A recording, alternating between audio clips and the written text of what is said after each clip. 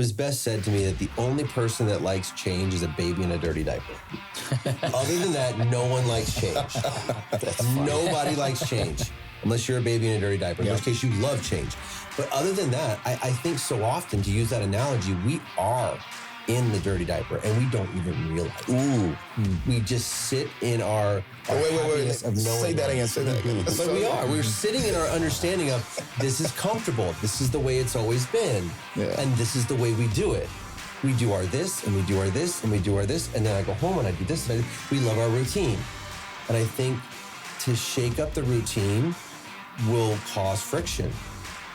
But, I think at some points friction has to happen.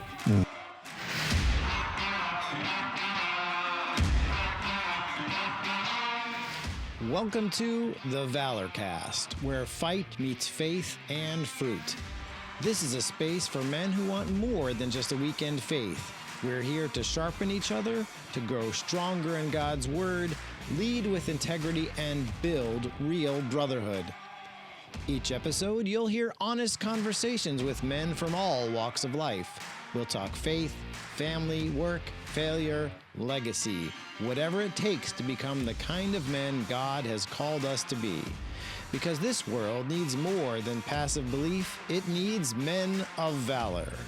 This is the podcast for building bold disciples, one story at a time.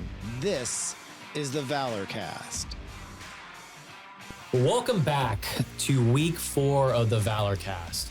Last week, we had a chance to talk about the Got Your Back tracker with Jonathan and David and the importance of having a wingman. And today, in this week's chapter, we'll be talking and discussing about Jesus' teaching and example. And in this book, Gary Yeagle really emphasizes how Jesus wasn't just, he didn't just, he was an example of that. He didn't just preach about it, but he demonstrated a community through his disciples. He'll walk you through the book, and we'll have time to talk about some of the key takeaways in this chapter is how essential for Christian man brotherhood is. It's not just helpful. It's really important that we must invest in our relationships, and just like Jesus invested in his disciples. And that following Jesus means walking in his pattern and cultivating deep relationships and trustworthy friendships, just like Jesus did with the disciples. But today, super excited. We have Pastor Roberto back. We have Will New and Jay Cornish joining us today. My Force brothers are here to join us, and I'm just super excited to talk about our topic today of being creative minds making Christian education fun again. What do you think about that, Pastor Roberto? It's amazing, and we are so thrilled and excited to have you guys here.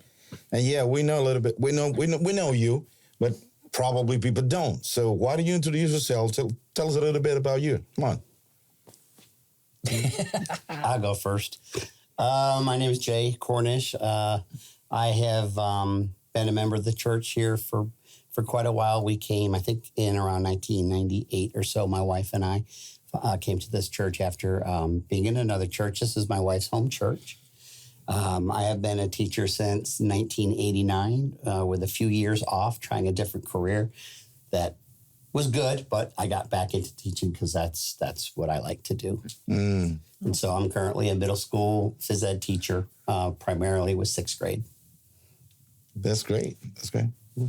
Will New. I've also spent some time in education here at the church as well.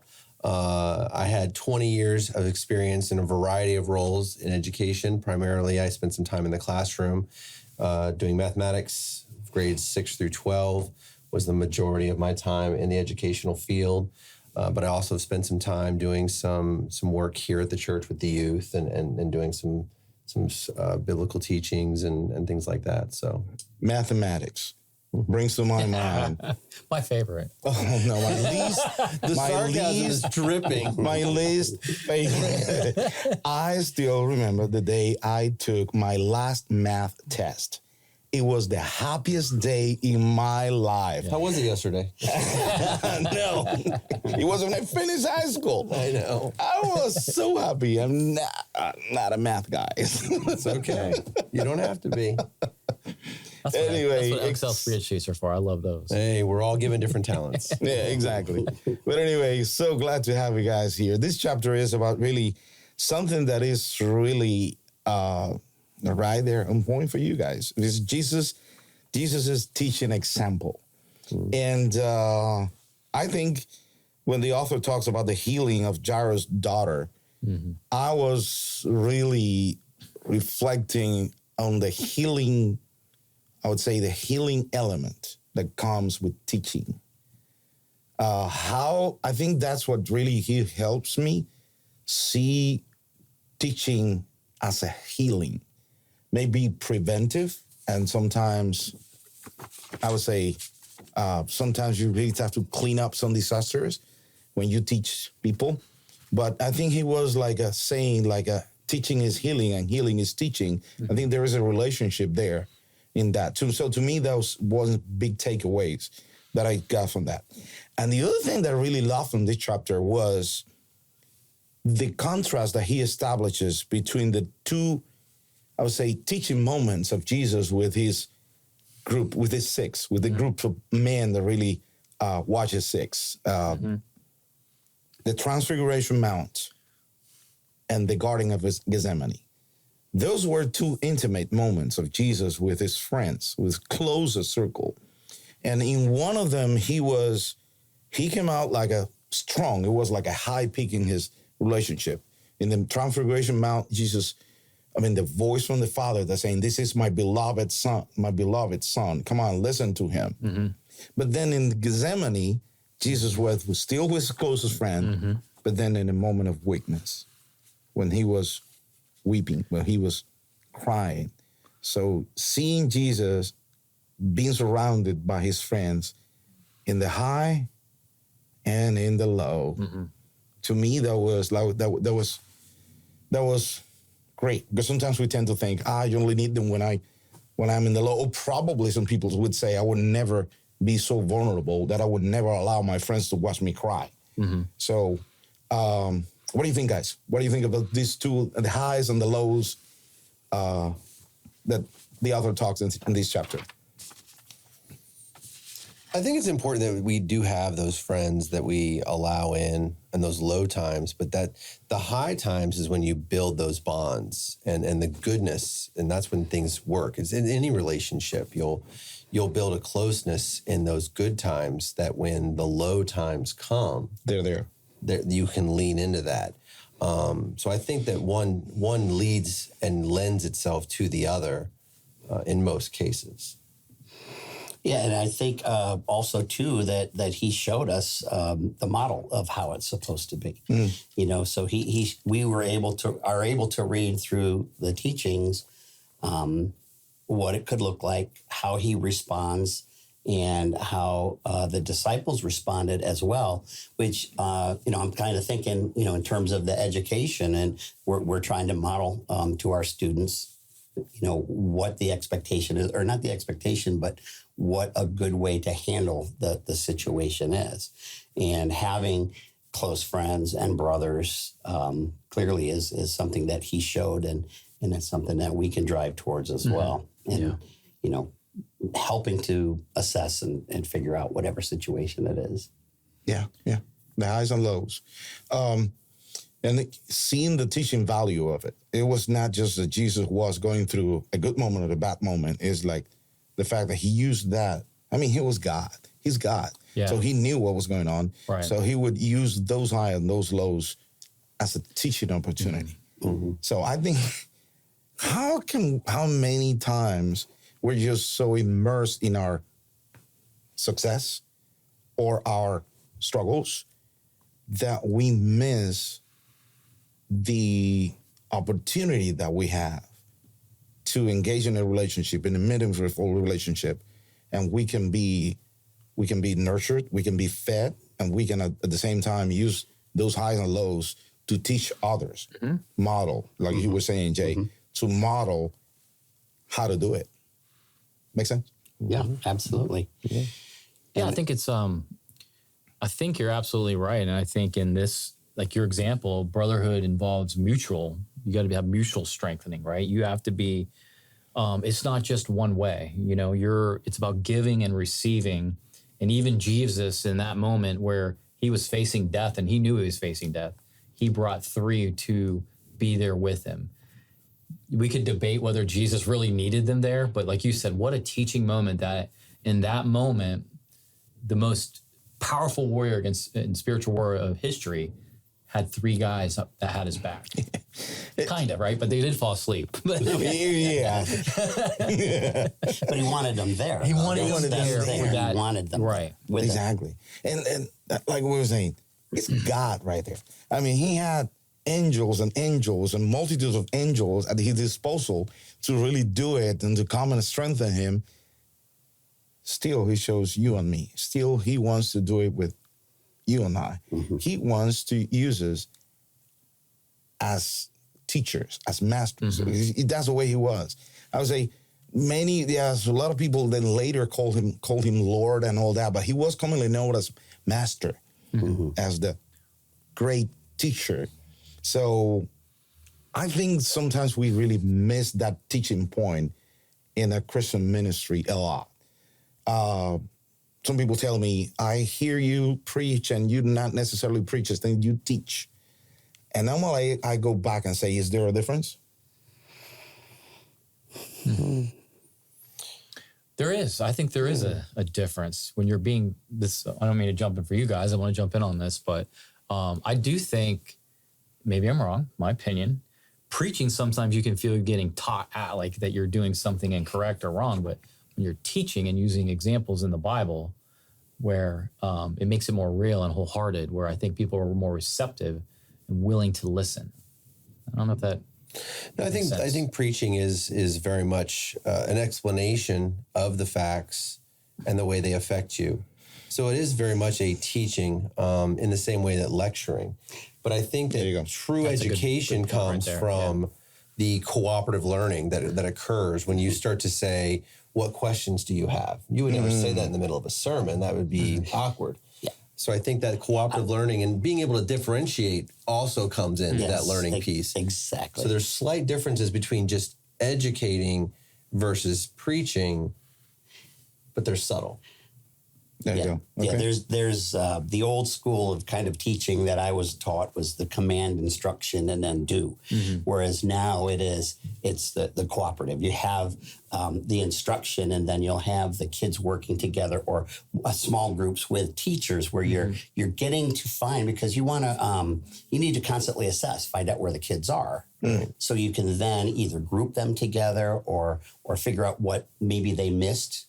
And then move on from there. So yeah, I feel like that the preaching is, you're like Will said, you're given that instruction, you're given that information, but then the teaching is you're working with that information and actually practicing.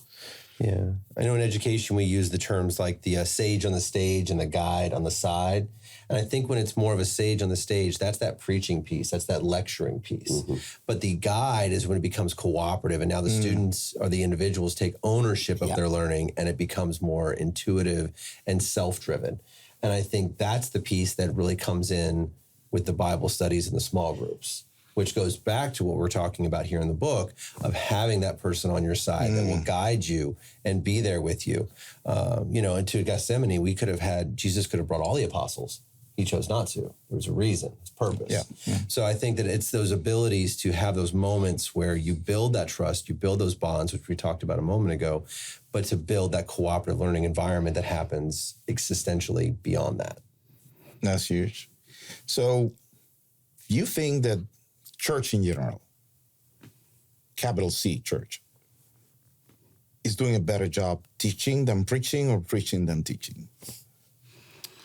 Yeah, come on. Personally, this is my opinion, to Scott's point, is my opinion. I think that so often the preaching can become sensationalized, and it's more of a show and less of a go. A one-man show. Yeah. A one-woman show. Yeah. Yeah, or one-person show. I think that the teaching that we do is phenomenal at the primary levels. Children's, what do you mean by children's levels? Children's levels. Yeah, at the K through 12, K through even adult or young adult in college. But I think at some point we just expect us to just automatically continue learning. And we say, well, I'm too busy. I'm working. I have a career. I have a wife. I have kids. I have this and I have that. And your responsibilities become the priority and your learning becomes secondary. But when you're younger, it's an expectation. You're going to youth group. You're going to your children's ministry. You're going to the church camp. I mean, how many adults go to church camp in the summer?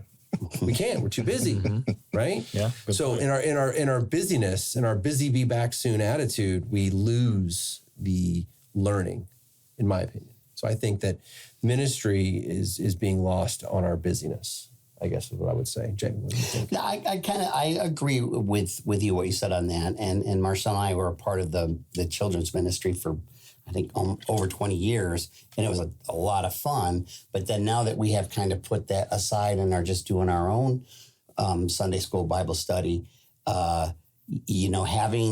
the opportunity to get in the small groups, what I think the emphasis of having the small groups is really good, and I love that we're building that on our church foundation, because we have so many really good Sunday school groups, and we are getting some learning. Our Sunday school group, everyone's taking turns teaching, and we've got some really good people who don't think they can teach are doing fantastic jobs leading classes. And again, it's like Will said, once we're done, or, Pastor, you were done with math, but you still got to use it, right? Yeah. So it's kind of like that. We still need to be educated and taught whatever stories in the Bible, but we also have to be able to use our own experiences to teach other people. So I think with having small groups in Sunday school and even the band groups, we're definitely given that opportunity. And that's been huge, I feel like, lately at our church, the emphasis on that. And I think that's very important. That's good. That's good. I got a question for you. So you were in children's ministry. Any personal kind of examples or like a creative Bible study that you did back in the day that was transforming, or where you thought it was going to go one way and it turned out a different way within the group? Or I think the things that stand out to me the most, especially when we used to have it here in the garage way back with Julie Robus and Shelley Wilson, was the costumes and outfits I had to wear. I was dressed up as a baby in a diaper one time, and I had an elf suit that was way too small. But I mean, I think that was part of it, and that got the kids excited, and they kind of, I believe they remember that, because I still get some kids. They're not kids anymore; they're grown-ups, and I still get the stories. Do we have some pictures around? I'm kidding. No, they're all gone. They're long gone. But I think just like at school, when you see the child get it, they have that aha moment and they get it. That's what makes it worth it. That's what makes it worth it. Yeah. That is the fuel that runs every good teacher. When they get that, I get it. Whether it's scripture, whether it's math, whether it's PE, whether it's anything, when they get that moment. And then even I'm sure when you're standing at the pulpit and you'll look and you'll see somebody go, oh yeah, and you go, I reached them. Yeah. It's that moment. Sometimes that moment comes afterwards when people greet you at the door and say and tell you, you don't even know what's going on in my life, but I just want you to know that God spoke through me because of what's going on in my life today. That makes it worth it. Every day. That's it, right there. Yes, sir. So can we make preaching fun? Preaching. Yeah, preaching to be fun, I think, would have to be more interactive, which I think would definitely change the status quo. We would have to be willing to let go. Okay, keep going. Okay. Of where we are to get where we want to be. And I think it's so hard to let go of the familiar and be willing to branch out to what could be. Okay. Very similarly, and I say this not begrudgingly or to derogatory, but very similarly, the Jewish leaders were not okay with Jesus because it's what they knew. We knew this. This was the law, and they didn't want to let it go. And Jesus was like, no, you need to let it go. You're like, we can't. He ended up putting him in the cross. Right, exactly. So I think that, not to the extreme, obviously, but I think that there's so much comfort Yep. in what we know and what's always worked. And I think that's the most dangerous sentence in any business or in any religion, any family unit, is to say, this is the way we've always done it. Yeah. That doesn't make it right.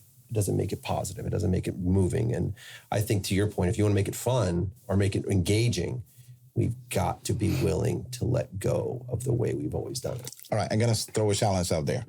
Just, I don't want to miss the point. So I'm going to be preaching on Samson in this, I'm working on this sermon. How can I make it fun? How can I make it meaningful? Come on, throw it out. Catch it in the air and give it to me, educators. Come on, creative minds. Samson, the judge. So Come out with a long wig. Long wig. Props help. Yeah. you see what I'm saying? Props You and see what I'm saying? You know, Okay. props and visual aids are fantastic. They're going to help keep attention a little bit. Audience participation. And participation. Get some people up there. That's what we do. Yeah. I'm sorry to interrupt you. No, you're right. With the It's kids engagement. ministry, we had them. You know, even if they had a sign with a person's name, they're up there. Well, kids love it. I think you'd get some adults up there. I think back to the time you had Jay Okay. up there on this during one of your sermons. Yeah, I Take it? remember. You had Jay up there for one of your sermons. We shook hands. Yes. Yes, we did. And just for that moment, it was such a visual idea that we went, everybody, I think, we looked at it and got it. Got it, yeah. We got the point quickly and effectively, and we all knew what you were trying to get across. It didn't take a 30-minute sermon to get that point across. We knew it. You exampled it. You showed it. He got it. You got it. We got it. It was given. And I think in this world, we're very visual. I was going to say, there's lots of different, there's auditory learners and there's visuals. I'm a visual learner. I got to see it. Yeah. But there's some people who could just hear it. So if you're doing both, you're getting twice as many people. It's interesting. And even collaboration can help. Allowing people just a moment to process and maybe could talk within themselves, which would be crazy during a sermon. Oh my goodness. Let people talk to each other during a sermon. All the teachers would be like, hey, turn and talk to your neighbor. Yeah. That's a school technique. But it works. It gives everybody a chance to have a dialogue, and for me to explain what I just heard to you, and you explain what you heard to me, and now we're processing it. And then you pull everybody back together and continue the sermon. It sounds so revolutionary to let the audience talk during a sermon. Sermon? What? You're supposed to talk for 30 minutes. We're supposed to think for 30 minutes, and then we got to get out of here. So, I think last time somebody did something like so revolutionary, they put him on a cross. Wow, that's awesome. So how do you, we live in a world driven by technology, guys, and you guys are been in education. How do we incorporate technology in how it's quickly moving into AI and ChatGPT and technology? How do we formulate that into Christian education? Well, I think the use of AI, we have to be very careful because there is a human behind that programming, the algorithm. So we have to make sure that that's first off sound. So if you just pop in something into a chat GPT or an algorithm, you have to make sure that it still comes out religiously sound. You mean agenda? Yeah, well, yeah. There's an agenda. I mean, there is, yeah. Potentially.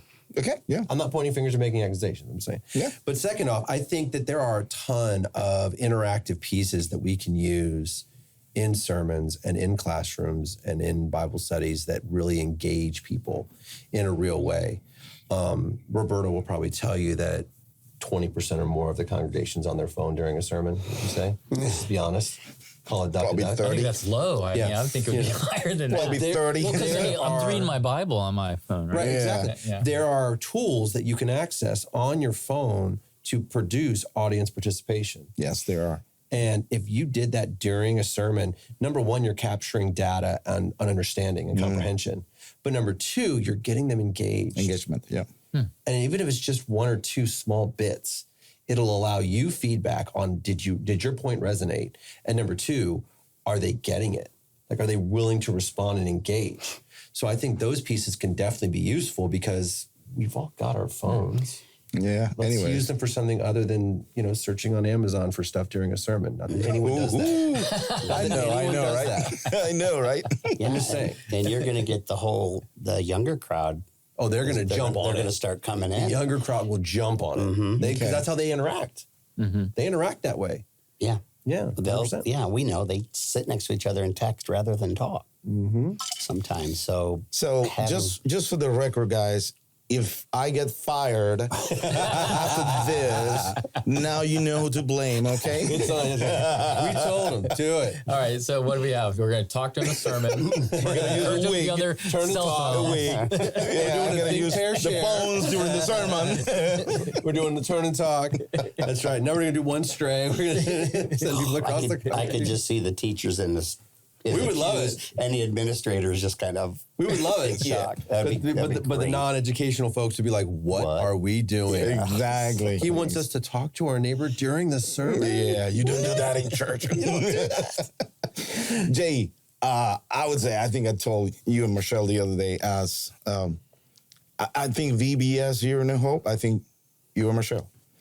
And we have the power. There you go. We have a lot of fun doing it. Oh, it's so much fun. Yes.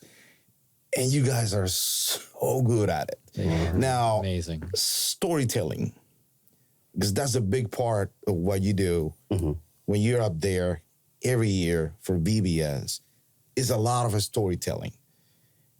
I would say that's a science in itself. It's something you have to really have it. If you don't have it, you're going to put people to sleep, or you're not going to really do it in a good way. So what is the secret sauce for storytelling? I think for when I'm speaking for Marcella and me both, that Marcella is fantastic with her storytelling. She's very knowledgeable of the Bible, so it just comes naturally to her. And then I kind of feed off of her.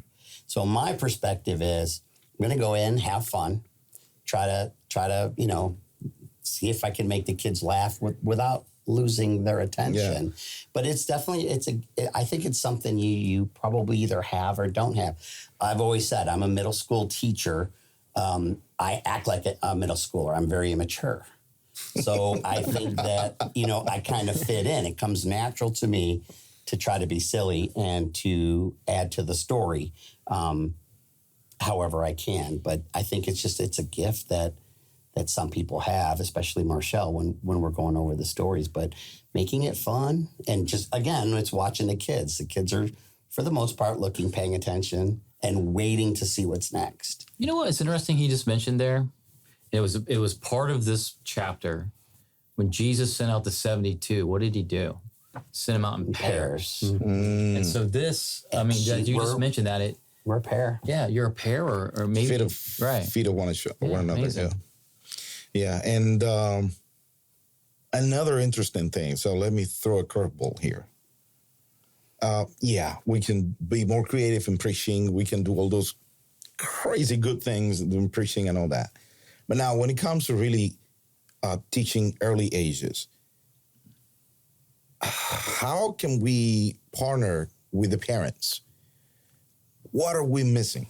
What are the parents missing that they can team up with the educators in the church? And by saying that is like, sometimes there is a sense that the parents come to church, they drop their kids at the kids building, here, disciple them. Yeah. You do it. Right. I think one of the keys is repetition.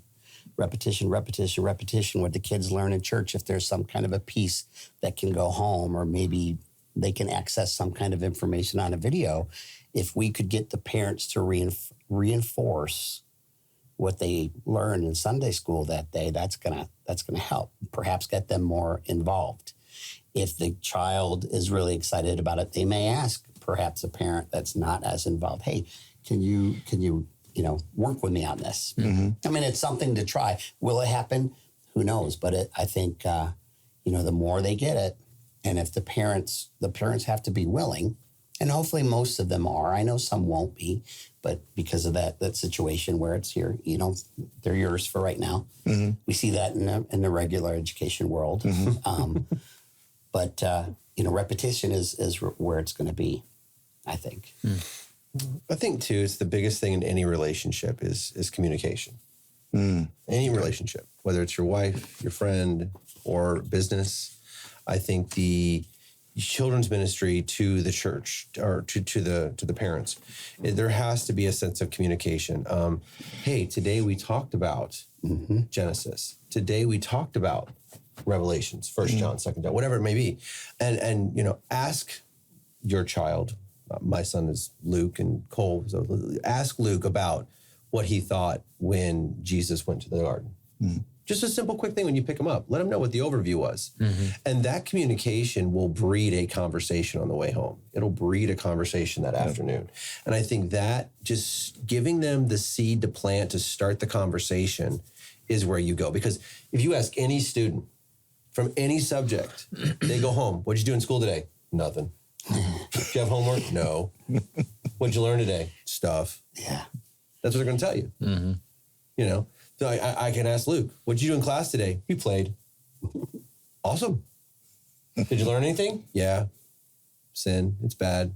Cool. Good to know. God is good. God is good. Sin is bad. Yeah. There you go. But if we can encourage the youth ministry to just drop a seed of conversation, that would go a long way. Because it gives the parents a low entry point and an easy access level to start a conversation where they wouldn't know where to go otherwise. Yeah. Almost like a little exit ticket. Give just a couple sentences You to the use parents. too many teacher terms, Jay. Oh, well, then we're talking about education. Yeah. You're going to confuse everybody. Explain that. Listen, with I know what exit tickets in the sermon, and we have to give you answers. Oh, that would be amazing. It'd take forever for everybody to get out, but we don't have to go there. Wow. Don't have to go there, Pastor. But for the little ones, just something to get to the parents. Dude, I could show you a great exit ticket. I do it all the time. It's pluses and deltas. It's awesome. So we rarely do drama here in New Hope anymore. And you remember back in the day where we used to do dramas for things. Yeah. Christmas. Dan Palmer was huge in that. So is it really worth to really bring it back? Or is it just in this day and age, that's not a thing that really captures people's attention anymore? To Jay's point, and to refer to what you're currently doing in the Hispanic congregation, I definitely think it's powerful. The Christmas at the Hispanic congregation, you guys did the whole rock and everything. And for youth, it clicks. And for the adults, when they see it click, back to Jay's point, when they get that aha, clicks for the parents. So do I think it's worth it? Yeah, I think that juice is worth the squeeze, 100%. Jay, what do you think? I agree. And I think you're going to see some of the old guard, hey, the Last Supper, Monday, Thursday, real people. If there's an interest, I don't know if there's an interest in people, but we've had people who did that for years and years and years. And I even remember doing a Good Friday presentation. We used to do it in the old sanctuary, and it was good. It was hard learning everything if you're not that kind of a person, but I think it would work. And even further, back to Jay's point, is getting other people engaged. Seeing a new face up there besides the usuals. Nothing personal. You're very No. But to see other members get engaged on stage and have an ownership of their religion is powerful. Yes. Another opportunity to serve. Exactly. And they don't have to have lines. They just, Luke was Joseph one time. That was 2 years ago. Still talks about it. Wow. Yeah. Still talks about it. He was Joseph. That's pretty cool. Every Christmas. I get to be Joseph again? Yeah. Wow. Yeah. He had no lines. He did nothing. He stood there in a gown and just did his thing. He was Joseph. But he remembers. And I think it sticks with people and it makes you engaged and it makes you a part of it. When you become a part of something bigger than yourself, that is very powerful. Yeah. Is there anything like, within the education that you're involved in right now, any kind of trends or anything that you're seeing take place in the school system that could transfer to Christian education here within the church? I can bring some digital boards, some digital technology boards, like is smart one. boards. We talked about technology with our cell phones, but I think differentiating is really been a big thing, I think, lately. Yes, differentiation. Differentiating is instruction. Explain us a little bit. Like, Elaborate a little bit. Do you want to or you want me to? Yeah. Go ahead, and I'll jump in if Please. I feel. So in my opinion, what I remember is differentiating instruction is everyone has the same finish line, but how you get there is different. Right. So, Okay. for example, like everyone has to run a mile, but I may ask you to do it by walking, and I may ask him to do it by running, and I may ask him to do it by skipping. But it's a different way of getting there, but everyone has to get to the final product. On their own way. Their own way. And what's comfortable, but also what's suitable based on their learning style and their abilities. If you're a horrible runner, I wouldn't ask you to do that, but I would ask you to still get to that point. It may take you longer, but you're still going to get there. So I think differentiating instruction is huge. And I think that we can do that in a lot of ways, both with preaching and with Bible study. But I think that's kind of my thoughts. Yeah, Jay. and it's going to be in this kind of a situation and setting, it's going to be a lot different than you would see in education because the teachers are with the kids, especially elementary school, almost at least half a day to a full day. Whereas in middle and high school, you're with kids 45, 50 minutes. So here you're 40 minutes, 30, 40 minutes once a week. A week. So it's going to look different, Yes, but it still could be used. 100%. 100%. Now, how do I discern? How do I know what's the best way to tell what is my particular student learning style? Is there like any magic, any way, any easy way to determine that? Or you have to use a tool to do that? I feel like it's mostly just the experience of being in the same room with that person, which is why I think it's going to be a little bit different. Okay. It's not that, and it's a lot of work. Differentiation is a lot of work for a teacher. It is a lot of work. However, it still could be done here. It's just, like I said, it's going to look different. And it might just be some visual cues. It might be that we're going over a Bible story and, one of the kids is just doing that. And, you can kind of, how am I going to, I need that child to focus in a little bit. So, it's a lot of visual cues, I think. You can, question and answering. And you don't have to be a professional educator. I mean, you can kind of get an idea just with a little bit of a training, but it's just something to possibly think about. I think too, communication. You know your congregation. As one of the shepherds of the flock, I think you know your congregation, and multiple people will be reached in multiple ways. We even now we put up the PowerPoints and the verses online or on the screen, but we also have the sermon notes. We also have the reading out loud. But we also have, so there's multiple ways we're already doing this. And I think that we continue it, but we can also magnify it in other ways, including the drama pieces and including, the engagement of other individuals. I think those are ways to just extend it. But I think knowing your congregation, having communication, again, it's a relationship. I think that's going to help to make the differentiation happen in a positive way. That's good. That's good. Yeah, you got one of those? What do you guys think? Because then you have your educational background, but then you have your church background as well. It's like a great mix right here. What do you think are the main obstacles here in the church to really be creative? What is the main, you mentioned the status quo. If we're going to do that, we're going to have to really go in as a status quo. How do you guys think we should go about it? What are the main obstacles that we face in the church if we really want to be creative and be more relevant? I think in a ministry. Yeah, it was best said to me that the only person that likes change is a baby in a dirty diaper. Other than that, no one likes change. Nobody likes change. Unless you're a baby in a dirty diaper, in which case you love change.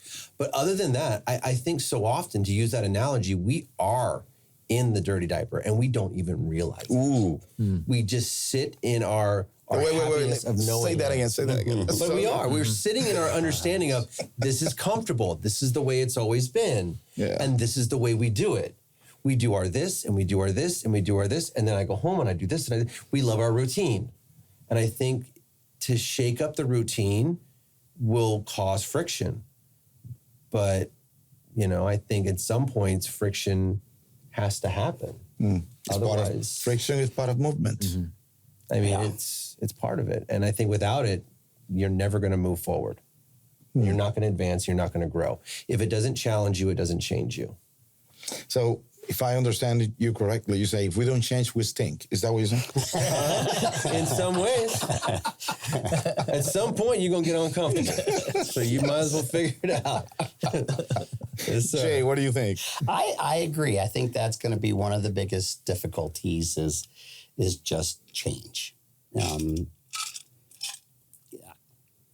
mean, and again, it doesn't have to be 100% dive right into all kinds of change. It's got to be slow and steady. Yeah. There will be some people who maybe might not like it or just so comfortable and used to. When we became the Global Methodist, that we had that. It was change. We had the change. It was a big change for a lot of people. So, doing different strategies like this may not be as big of a change, but it will be. And, I just like that analogy. I've never heard that before. I'm going to use that to my students at school because they'll understand that one. I mean, in educational leadership, we talk about our hogs and our logs when you have teachers. And you have your hogs, which means they want to hog everything. They want to bring everything up. They're all into whatever's going on. But then you have your logs. They don't want to change. They don't want to move. And me and Jay could probably give you several teachers that we've worked with in our careers that are hogs, that are just eating up all the new stuff and they love it and they want to keep going and they just want whatever the new thing is. But we got plenty of logs. This is the way I've done it for 20 plus years and it works just fine and I'm not changing. Cool. You do you. So you're going to have that in a congregation. You're going to have your people that cling to it and go, this is exciting. This is new. This is fun. I'm going to get ready. And you're going to have those people going, nope. Not And me. they're gonna push back, and they're gonna push back hard. And the thing is, if you want to do it, you've got to push past that. It's gonna be uncomfortable, but you got to do it if it's what you really want to do. Because at the end of the day, it's worth doing it. Oh, it's worth it. I think so. I think so too, 100%. Because if you're not growing, you're dying as a church. Yeah, I mean, it just is what it is. it is what it is. How do you think we can raise up more Christian educators, though, within our community? So you're asking, how can we build more individuals willing to preach, or more individuals Just willing do to small do ministry? groups, Okay, small or something groups. like Okay. that. Maybe not ministry, but within the body, right? Like, how do we get more people involved to be willing to take a step? You need more Marshals. More men like Jay and more women like Marshall. I think really it's low entry point. What do you think, Jay? Yeah. Low access point, make it easy entry. Yes. Easy entry. Start small Okay. and make those steps. Baby steps. Yeah. Because, I mean, there are some people in our church that I've seen who are relatively new to the church and have just grown. And I think, I'm talking about huge gains, which is not the norm. I think if we can start small, have them come in and partner teach. They can co-teach a class with an experienced person, and then hopefully if our church is growing, then we can kind of break out. But I think, again, partners, you co-teach with partners, it's pairs. There you go. It's Great the example. it's the That's great. horizontal instead of the That's vertical. Not as Great. intimidating. And when you even have a starting partner somewhere with you. small, like Right. serving. Like serving at a breakfast, serving at a lunch. Just getting them in front of other people that they might not know, and just getting their face out there and getting them to talk to them, it allows them to see that, they're people, I'm people, we're cool. Right. Everything's fine. You have to get comfortable. I mean, I remember way back before when I first became a Christian, I was scared to death to go to Sunday school. Like, what am I going to say? I don't know anything. And there's people just reciting all these verses, but you just get into it. You get comfortable with more experience. And if you're getting active, just like Will said, just serving. And then maybe you sit in a class or the parents' night out kind of thing, getting your toes wet and then up to your knees. It's baby steps. Easy access. There are people, to Jay's point, that will jump right in. Oh, yeah. And they'll be involved in 17 things. And that's great. Yeah. But there are most of us. Easy access, slow baby steps, comfortable and supportive. And it's not even new to Christianity people. It's established Christians who maybe have gone away for a little while. And then, I'm getting back into it. And they don't want too much. Maybe they had a bad experience. I don't know. Or just they're looking at it differently now that they're older and have more different life experiences. Yeah. And really to the point of the book and really building community, what a shift in mindset it would be if every single man, every single teacher, every single pastor, every single small group leaders, you name it, would have the mindset of getting a co-teacher, co-serving, co-leading. So who is that person that I'm going to be the low entry point for that person that is going to probably shadow me and is going to probably go with me?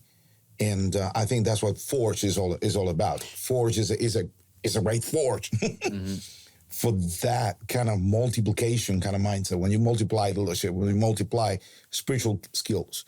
So I think it's just mind blowing. Thank you guys. I learned a lot. Oh man, I got so much running through my head. These guys have my wheels spinning. It's unbelievable. They wouldn't even get me fired out of here. I'm kidding. Amazing guy. Amazing. Anything else you guys want to add before we close out today? I think that the idea of educating, and I think the idea of parables speaks to kind of summarize what we've talked about is building an easy access point, an understandable level of where we need to be, differentiating your message, and making sure it gets across with audience participation, I think is what Jesus did and is still doing. And I think the more we follow his example and willingness to go against the flow, that I think will continue to grow and develop into a stronger body. Yeah, and pairing up and having a mentoring partner or partners, so you're not doing it alone. You know, we're going to be more comfortable if we know someone's next to me or has my back or, can help me. Which even in teaching. Even teaching, everything. Even in teaching. Oh yeah, absolutely. Absolutely. I have a teaching partner that I've taught with for over 20 years, and we just feed off each other still. I mean, that's good. You have to. That's good. Wow, what a great session. Well, wow. Week 4 was dynamite. Get ready for week 5 of Got Your Back, but look forward to seeing you at our Bible study on Mondays at 6:30 in the Social Hall A. Will, Jay, thank you so much for your time. Thank you, guys. Thank you. Thank you for all you guys to serve this men in the church. And, awesome time. You guys have a great week. Talk to you later. Bye-bye. Thanks for listening to the Valor Cast, where fight meets faith and fruit. If this conversation challenged or encouraged you, share it with a brother. You may subscribe on YouTube, Apple Podcasts, or wherever you get your podcasts. And to find more resources for men of faith, visit findnewhope.com/men.